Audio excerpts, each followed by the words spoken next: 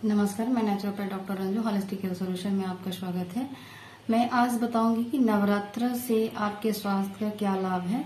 और ये हमारे नेचुरोपैथ में जब हम हॉस्पिटल या किसी भी चिकित्सालय में या क्लिनिक पे ये पैकेज बनाते हैं कि आपको इस तरीके से पैकेज देकर ट्रीटमेंट दिया जाएगा, तो कुछ लोग तो परेशान होते हैं, लेकिन कुछ लोग बहुत ही आराम से करते हैं।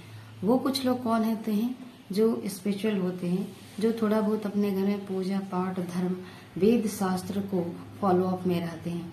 तो देखिए, वेद शास्त्र आ गई जहाँ पे, तो वो लोग इन चीज को जरूर समझते हैं कि नहीं, ये हमारे जीवन के लिए और प्रकृति के साथ मेल मिलाप से चलने से हमारे शरीर में आरोग्यता की प्राप्ति होती है। तो आज मैं आपको यही बताऊंगी, नवरात्रा प्रारंभ हो रहा है और प्रत्येक दिन का मैं आपको बताऊंगी उससे क्या लाभ मिलता है।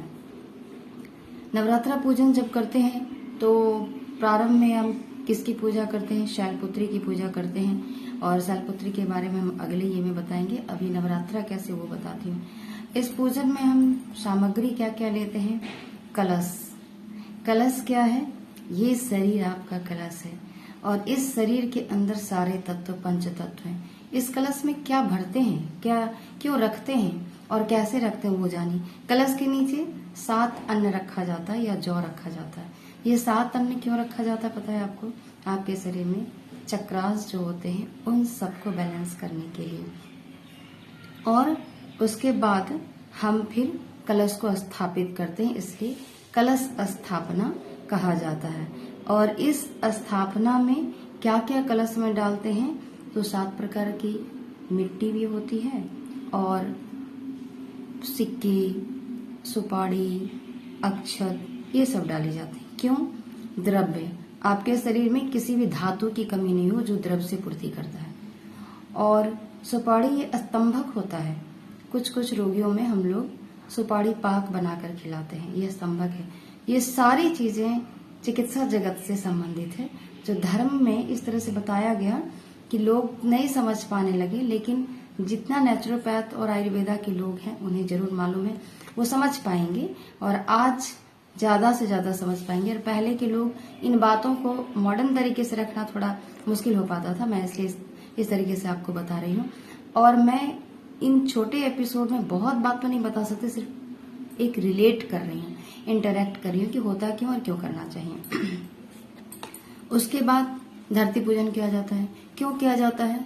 क्योंकि धरती माता, ये मृतिका, मिट्टी, जिस भी जगह आप स्थित हो वहां आप फले फूलें और पालन पोषण संरक्षण हो। उसके बाद क्या किया जाता है? गुरुदेव पूजन। क्यों गुरुदेव पूजन किया जाता है?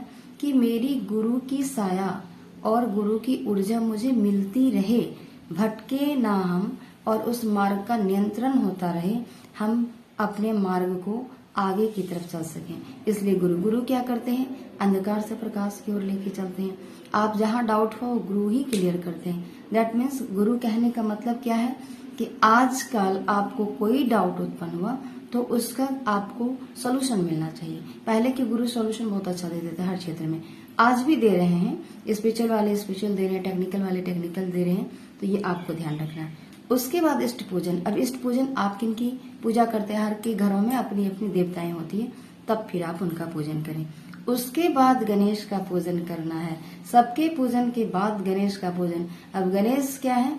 स्थिरता, दृढ़ता, विघ्न विनाशक, पालन पोषण, मतलब अस्त्र शस्त्र समस्त रूप से आपको स्टैंड करने वाले गणेश जी। ये सब कर ली, अब आप गणेश की पूजा करें।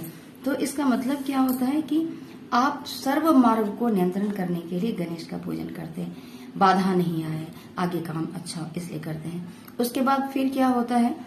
जयंती जो उगता है 9 दिन में, वो हरे कलर का होता है और ये सिर पे रखकर पूजन किया जाता है या कानों में भी लोग लगाते हैं। ये क्यों लगाते हैं? हरा रंग क्या है? सुख समृद्धि, संपत्ति, आरोग्यता। अगर सुख समृद्धि कहता किसको है? आपका जीवन, इम्यून सिस्टम अच्छा है तो सुख समृद्धि है। आज के शब्दों में, पहले के शब्दों में सुख समृद्धि बोला जाता था। आज हम बोलेंगे आपका इम्यून सिस्टम अच्छा है तो आप सुख समृद्ध हैं।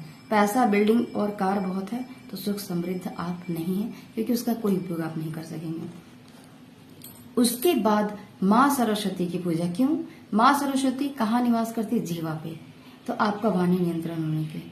फिर माँ लक्ष्मी का हम पूजा करते हैं। क्यों करते हैं महालक्ष्मी का?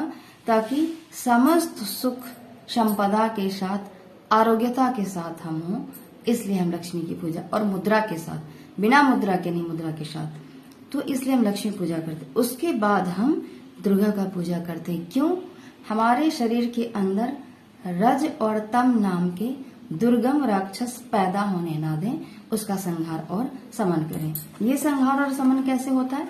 तप, जप, स्वाध्याय, उपासना, साधना, इससे होता है। इसलिए ये एक सिस्टम है, इस सिस्टम में आपको चलना चाहिए, इसके बिना नहीं हो सकता। ये सिस्टम आपके माइंड, बॉडी, सोल को बैलेंस करता है। अब दुर्गम राक्षस को हमें खत्म करने के लिए जब ये जप तप करते हैं तो वो अच्छे से उस चीजों का शमन हो जाता है और अच्छी शक्ति विराजमान होने लगती है। मतलब सात्विक पॉजिटिविटी आप महसूस करने लगते हैं, आपका माइंड चलने लगता है, स्टेबल होने लगता है। इस तरीके से समन होता है। फिर हम क्या करते हैं? धूप दीप जलाकर पूजा करते हैं। ये धूप दीप क्या है? हमारे शरीर के अंदर ज्योत, इम्यून सिस्टम कम नहीं हो। दीप हमारे अंदर जो बार बार मेंटलिटी में एक विचार, थॉट्स चल रहे हैं, ये कभी बुझे नहीं, ये चलता रहे निरंतर। पुष्प हम सर्वगुण संपन्न और पुष्प के समान पल्लवित हों, सुगंधित हों। अक्षत कभी भी टूटे ना, क्षय ना हो, एकदम अखंड हो, इसलिए अक्षत चढ़ाते हैं। और इन सब का उद्देश्य, बिना उद्देश्य का नहीं, जलाकर हम पूजन करते हैं। और ऐसे पूजन से ही आप अपने को आरोग्यता प्राप्त कर सकते हैं। और जब नवरात्रा खत्म होता है तब हम क्या करते हैं? कलश में जमा हुआ जो आपका जयंती होता है उसका पूजा करके तब हम घर में कलश जल छीटन करते हैं, तब कन्या को खिलाते हैं। मतलब सारा चीज आप शोधित प्रफुल्लित होकर रेडी हो गए, तब हम लोगों का रिस्पेक्ट करके उन्हें अपने घर में तालमेल बैठाने के लिए बुलाते हैं और सम्मान देते हैं। ये एक विधान है, डिसिप्लिन है, न कि ये एक आपके ऊपर मजबूरी थोपी भी नहीं है। इससे मानवता बढ़ती है। ये चीजें से आपके अंदर बहुत सारी नम्रताएं, विनम्रताएं, आचरण, सदाचार उत्पन्न होता है। ये सभी चीज हम दुर्गा पूजा में सीखते हैं। तो इस तरीके से हम नवरात्रा मनाते हैं। आज के लिए यहीं तक।